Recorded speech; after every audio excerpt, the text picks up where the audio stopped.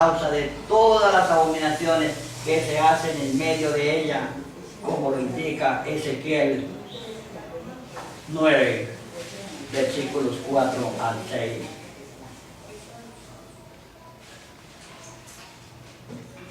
Finalmente allí dice en aquella cita que los ángeles de Dios matarán a todo el que no tenga la señal en sus frentes. Allí los que clamaban por causa de las iniquidades que veían dentro de la iglesia, ellos fueron señalados en sus frentes y recibieron orden de Dios de no matar a estas personas, de no tocarlos, sino que mataran a todo el que no tuviera la señal, hermano. Eso apunta a la segunda venida de Cristo, cuando el Señor aparezca por segunda vez. Aquellos que tengan en su mente, en su frente, la señal de Dios, serán protegidos de las plagas. Y cuando el Señor aparezca, hermanos, tendrán el grande privilegio de ser transformados. De ser transformados. El apóstol Pablo dice, y nosotros los que hayamos quedado.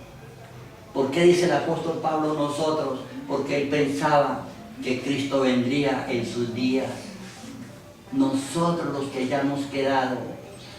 Hermanos, tremendo es esto, nuestro propósito. Pero a pesar de ello,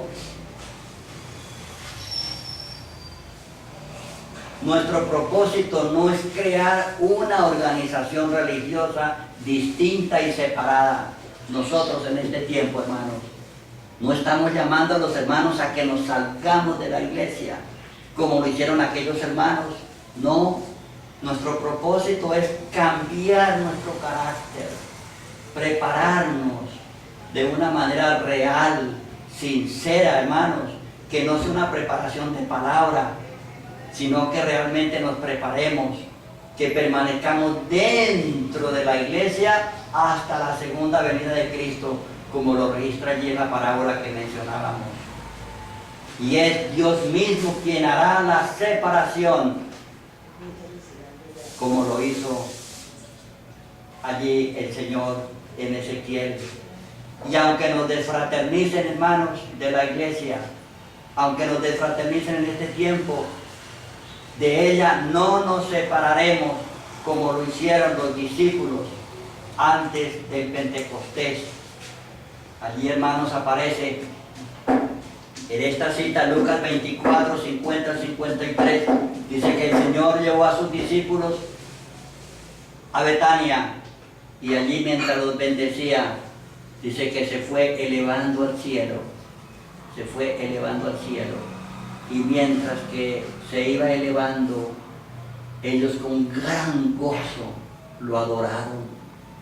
Ahora estaban convencidos ellos de que a quien habían aceptado como su Salvador era el Mesías prometido, hermanos. Y dice que regresaron a Jerusalén con gran gozo. Y dice que permanecían en la iglesia, hermanos.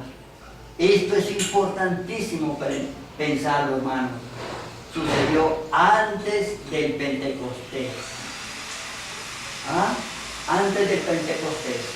Ellos permanecían en la iglesia orando al Señor. Y después del Pentecostés, allí dice en Hechos 2:46 que la iglesia permanecía en la iglesia también. Los discípulos, los nuevos creyentes, aquellos 3,000 que fueron bautizados el día del Pentecostés, dice que permanecían en la iglesia adorando a Dios. Ellos no se retiraron de la iglesia, hermanos. No se retiraron a pesar de que fueron desfraternizados. Por el contrario, no debemos faltar a las reuniones de la iglesia. Nosotros no debemos faltar a las reuniones de la iglesia. Debemos, al contrario, asistir más temprano y mejor presentados, con una sonrisa que refleje nuestra bendita esperanza, el regreso de Cristo Jesús. Yo no invito a mis hermanos del mundo que se retiren de la iglesia, pero sí a que se consagren al Señor. Y que seamos fieles en asistir a la iglesia, hermanos, que vayamos quizás mejor preparados, mejor presentados, y que con una sonrisa reflejemos el gozo que hay en nuestra vida, porque estamos preparándonos para la segunda venida del Señor.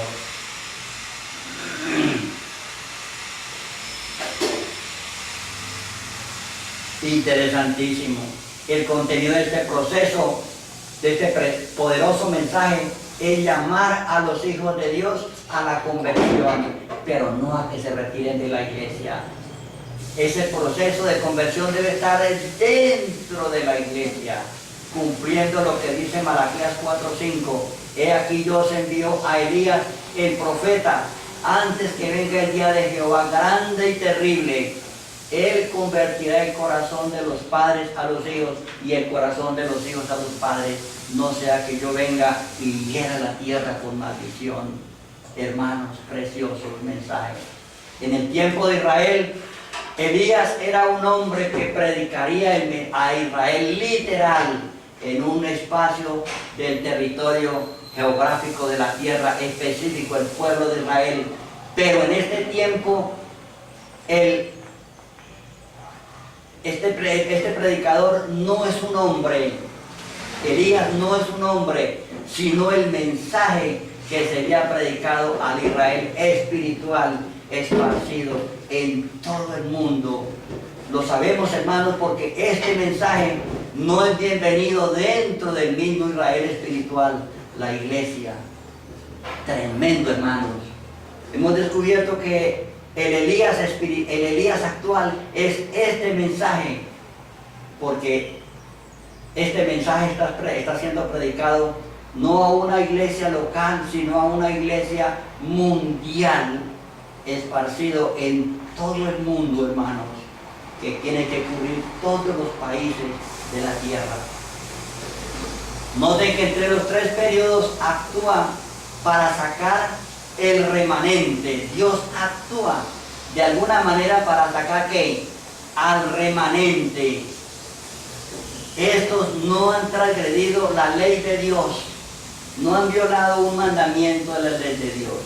No se les estigmatiza por haber violado un mandamiento, sino que han experimentado una transformación en sus vidas, y debido a su relación con Cristo como el único Salvador, y por ese motivo han sido desfraternizados de la iglesia, hermanos. Desfraternizados, hermanos. Pero veamos aquí que cuando esto suceda, hermanos, no le dé miedo. Sienta gozo, porque a su favor está ¿quién? Cristo Jesús. Con aquel ciego, Cristo Jesús le dio un consuelo, hermanos. Y en 1844 el Señor comisionó a ángeles para que velaran por ellos, los cuidaran y los protegieran, hermanos. Alabado y glorificado sea el nombre de Dios. Finalmente, la gran pregunta que surge aquí es: ¿cuál es la razón para que haya persecución como contra los que quieren consagrarse a Dios?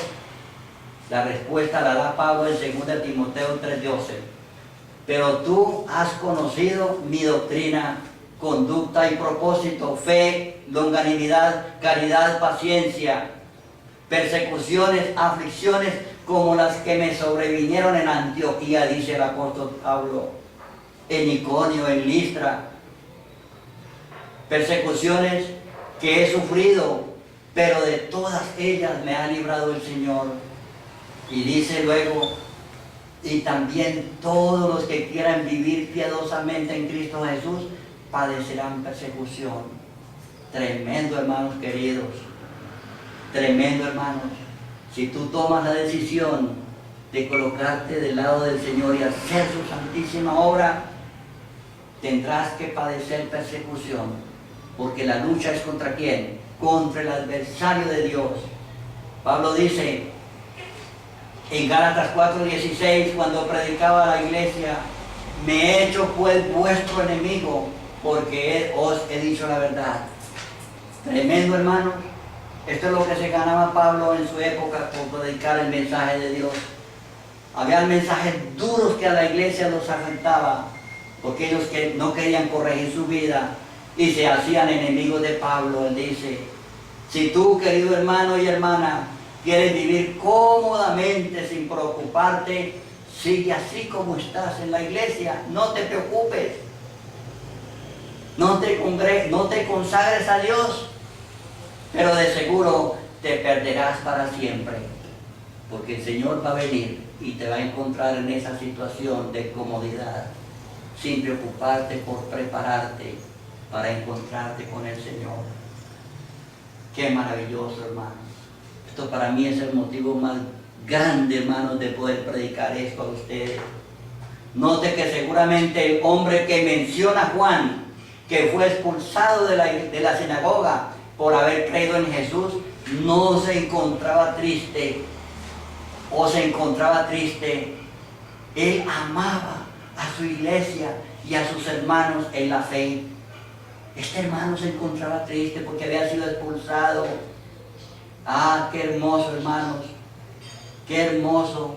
Por ende, dice, oyó Jesús que le habían expulsado y hallándole le dice, hallándole, Jesús estaba buscándolo para darle un mensaje de esperanza, un mensaje de consuelo. Jesús lo estaba buscando para consolarlo. Jesús nunca deja desamparados a los que creen en Él, hermanos. Si tú estás pasando por una situación adversa dentro de tu iglesia por hacer la voluntad de Dios, no te preocupes. Cristo y los ángeles de Dios están a tu favor y ellos están velando y cuidándote. Amén. Amén, hermano. En 1844, los que fueron expulsados de su iglesia por creer en el mensaje de Guillermo Miller y prepararse para la segunda venida de Cristo, seguramente también se encontraban tristes.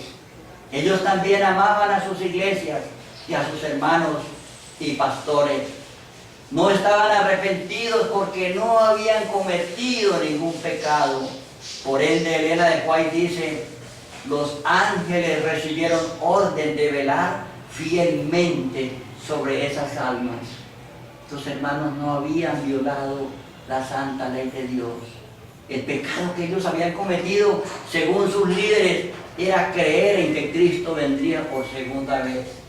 La pregunta es, si eso sucedió con el hombre que menciona Juan y los miles de hombres y mujeres que se arriesgaron por Cristo en 1844, ¿no crees que sucederá lo mismo ahora con los miles de hombres y mujeres que han aceptado el mensaje en todo el mundo? Claro que sí, hermanos. Yo tengo la plena seguridad de que Dios los está protegiendo. Los ángeles están velando fielmente cada día para protegerlos. Amén, hermano. Amén. Queridos hermanos y amigos, los 6.000 años de pecado pronto se terminarán y Cristo regresará por recoger la preciosa cosecha de los que hayan aceptado como su Salvador y se hayan preparado para recibirlo. Mi oración es que el Espíritu Santo nos induzca a aceptar a Cristo como nuestro Salvador y por ende a una transformación genuina, real, hermano. Que tú y yo tengamos una intimidad íntima con Dios, con Cristo Jesús, una relación íntima con Él. Que no nos conformemos, hermanos, con ir a la iglesia cada 8 días o en las reuniones de la semana, hermanos, sino que podamos tener una relación íntima, estrecha con Cristo Jesús y así poder tener el privilegio de estar preparados para cuando Cristo aparezca en las nubes de los cielos. Mi oración en este momento, hermanos, es que Dios te bendiga, Dios te guarde, te proteja y permitas que el Espíritu Santo obre en tu vida. Dios está predicando este mensaje en todo el mundo. Muchas personas lo han aceptado, hermano, muchas personas. El Espíritu Santo está haciendo su trabajo. Cada día son menos los opositores. porque ellos están entendiendo, hermanos, que este mensaje no es invención humana, sino que está profundamente arraigado en la palabra de Dios. Mi oración es que Dios te bendiga y te guarde. Vamos a orar, hermanos. Padre Santo que estás en el cielo, gracias, Señor, porque tú nos invitas en esta mañana para estudiar tu palabra, Señor.